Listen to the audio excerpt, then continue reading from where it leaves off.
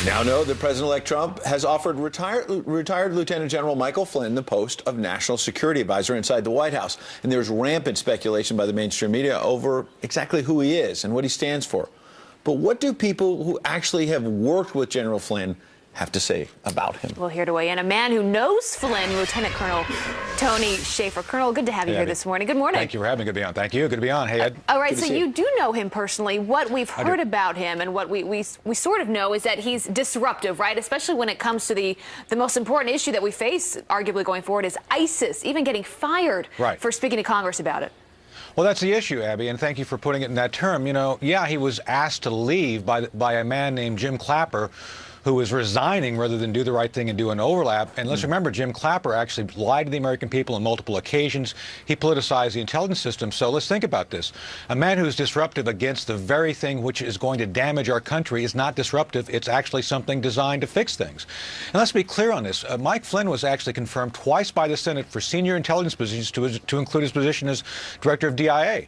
So I got to tell you, Abby, I have been completely appalled and fascinated in a sick sort of way about him being portrayed as a racist, and him being portrayed as all these vile things. By the way, all by people who are faceless. Nobody's willing to go on the record, and those of us who have been working with him are just looking at this like, what the heck is going on?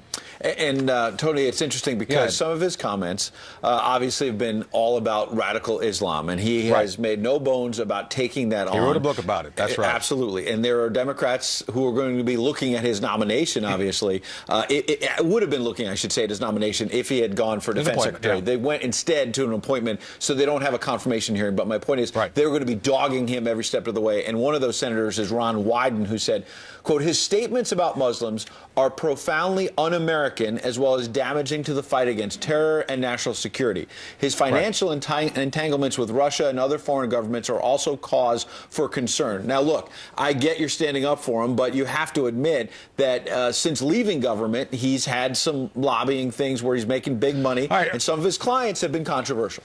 Let's be clear on this. He is not lobbied. That's one of the things that the folks out there on the left on Team Hillary has been putting out.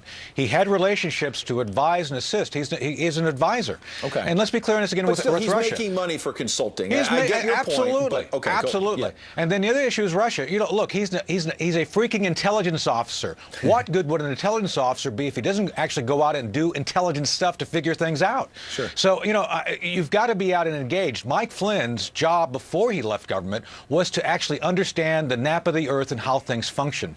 That's not changed. And one of the key things about a Trump foreign policy is having credibility, and credibility especially with the eyes of world leaders. So Mike has that, and that's where this is all going. So, you know, this is again where I've been appalled about the complete slander, I would say. And I'm sorry, Senator Wyden, you know, maybe you ought to read more carefully what exactly General Flynn said about radical Islam.